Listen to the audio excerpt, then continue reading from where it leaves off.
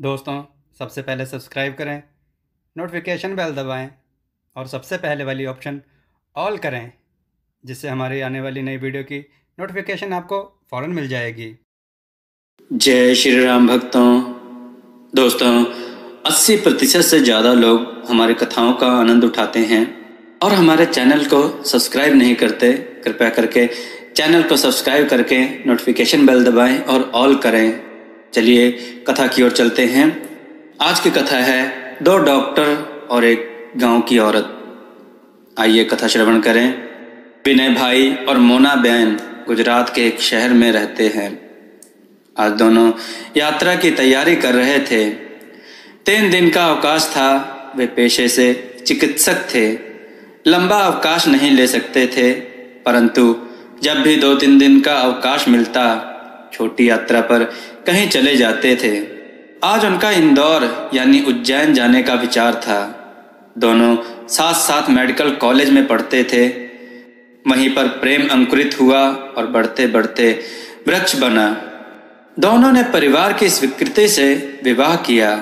2 साल हो गए, संतान कोई नहीं थी, इसलिए यात्रा का आनंद लेते रहते थे। विवाह के बाद दोनों ने अपना निजी अस्पताल खोलने का फैसला किया। बैंक से लोन भी ले लिया।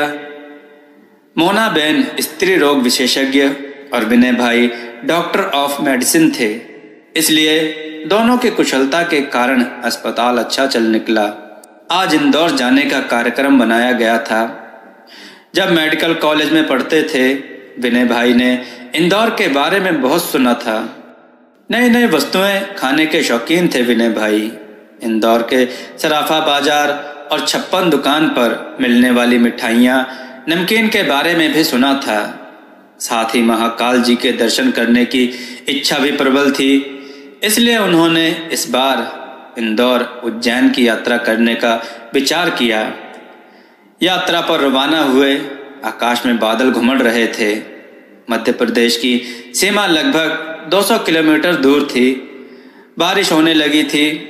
मध्य प्रदेश सीमा से 40 किलोमीटर पहले छोटा शहर पार करने में उन्हें समय लगा। कीचड़ और भारी यातायात में बड़ी कठिनाई से दोनों ने रास्ता पार किया। भोजन तो मध्य प्रदेश में जाकर करने का विचार था, परंतु चाय का समय हो गया था। उस छोटे शहर से 4-5 किलोमीटर आगे निकले। सड़क के किनारे एक छोटा सा मकान दिखाई दिया, जिसके आगे वेफर्स के पैकेट लटक रहे थे। उन्होंने विचार किया कि यह कोई होटल है। विनय भाई ने वहां पर गाड़ी रोकी। दुकान पर गए, कोई नहीं था। आवाज लगाई। अंदर से एक महिला निकल करके आई। उसने पूछा, क्या चाहिए भाई? विनय भाई ने 2 पैकेट वेफर्स के लिए और कहा, बहन 2 कप चाय बना देना, थोड़ी जल्दी बना देना, हमको दूर जाना है। पैकेट लेकर के गाड़ी में गए। मोना बहन और दोनों ने पैकेट के वेफर्स का नाश्ता किया। चाय अभी तक आई नहीं थी। दोनों कार से निकल करके दुकान में रखी हुई कुर्सियों पर बैठे। विनय भाई ने फिर आवाज लगाई। थोड़ी देर में एक महिला अंदर से आई। बोली, भाई बाड़े में तुलसी लेने गई थी। तुलसी के पत्ते लेने में थोड़ी देर हो गई, अब चाय बन रही है। थोड़ी देर बाद एक प्लेट में 2 मैले से कप लेकर के वह गर्मा गर्म चाय लाई। मैले कप को देखकर विनय भाई एकदम से अपसेट हो गए और कुछ बोलना चाहते थे, परंतु मोना बहन ने हाथ पकड़ करके उनको रोक दिया। चाय के कप उठाए, उसमें से अदरक और तुलसी की सुगंध निकल रही थी। दोनों ने चाय का एक एक सिप लिया। ऐसी स्वादिष्ट और सुगंधित चाय जीवन में पहली बार उन्होंने पी।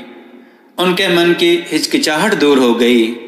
उन्होंने महिला को चाय पीने के बाद पूछा, कितने पैसे? महिला ने कहा, बस 20 रुपए। विनय भाई ने 100 का नोट दिया। महिला ने कहा कि भाई छुट्टा नहीं है, 20 रुपए छुट्टा दे दो।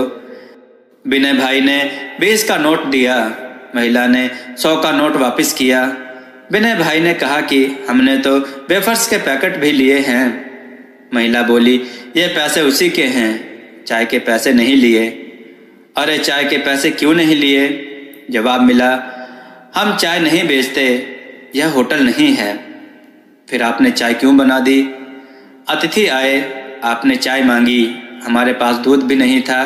यह बच्चे के लिए दूध रखा था, परंतु आपको मना कैसे करते, इसलिए इसके दूध की चाय बना दी। अभी बच्चे को क्या पिलाओगी? एक दिन दूध नहीं पिएगा तो मर नहीं जाएगा। इसके पापा बीमार हैं, वह शहर जाकर के दूध ले आते, पर उनको कल से बुखार है। आज अगर ठीक हो जाएंगे तो कल सुबह जाकर दूध ले आएंगे। विनय भाई उसकी बात सुनकर सन्न रह गए।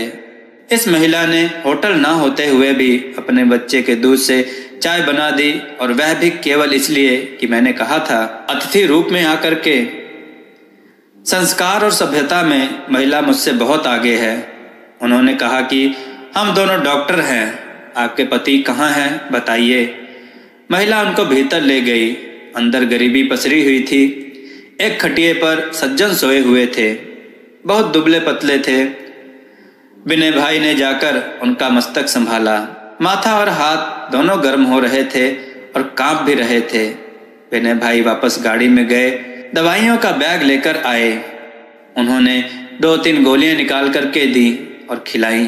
फिर कहा कि इन गोलियों से इनका रोग ठीक नहीं होगा, मैं पीछे शहर में जा करके और इंजेक्शन और इनके लिए बोतल लेकर आता हूँ। मोना बेन को उन्होंने मरीज के पास बैठने को कहा। गाड़ी लेकर के गए। आधे घंटे में शहर से बोतल और इंजेक्शन लेकर के आए, और साथ में दूध की थैलियां भी लेकर के आए। मरीज को इंजेक्शन लगाया, बोतल चढ़ाई, और जब तक बोतल लगी दोनों वहीं ही बैठे रहे।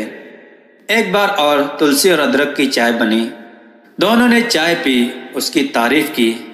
जब मरीज 2 घंटे में थोड़े ठीक हुए, तब वह दोनों वहां से आगे बढ़े। 3 दिन इंदौर उज्जैन में रहकर जब लौटे तो उनके बच्चे के लिए बहुत सारे खिलौने और दूध की थैली लेकर आए। वापस उस दुकान के सामने रुके, महिला को आवाज लगाई तो दोनों बाहर निकलकर उनको देखकर बहुत खुश हो गए। उन्होंने कहा कि आपकी दवाइयों से दूसरे दिन ही बिल्कुल स्वस्थ हो गए। विनय भाई ने बच्चे को खिलौने दिए, दूध के पैकेट दिए, फिर से चाय बनी, बातचीत हुई, अपनापन स्थापित हुआ। विनय भाई ने अपना एड्रेस कार्ड दिया, कहा जब भी आओ जरूर मिले, और दोनों वहां से अपने शहर की ओर लौट गए। शहर पहुंचकर विनय भाई ने उस महिला की बात याद रखी। फिर एक फैसला लिया। अपने अस्पताल में रिसेप्शन पर बैठे हुए व्यक्ति से कहा कि अब आगे से यहाँ जो भी मरीज आए केवल आप उसका नाम लिखेंगे, फीस नहीं लेंगे, फीस मैं खुद लूँगा। और जब मरीज आते तो अगर वह गरीब मरीज होते तो उन्होंने उनसे फीस लेना बंद कर दिया। केवल संपन्न मरीज देखते तो ही उनसे फीस लेते। धीरे धीरे शहर में उनकी प्रसिद्धि फैल गई। दूसरे डॉक्टरों ने सुना, उन्हें लगा कि इस कारण से हमारी प्रैक्टिस कम हो जाएगी और लोग हमारी निंदा करेंगे। उन्होंने एसोसिएशन के अध्यक्ष से कहा। एसोसिएशन के अध्यक्ष डॉक्टर विनय से मिलने आए। उन्होंने कहा कि आप ऐसा क्यों कर रहे हो?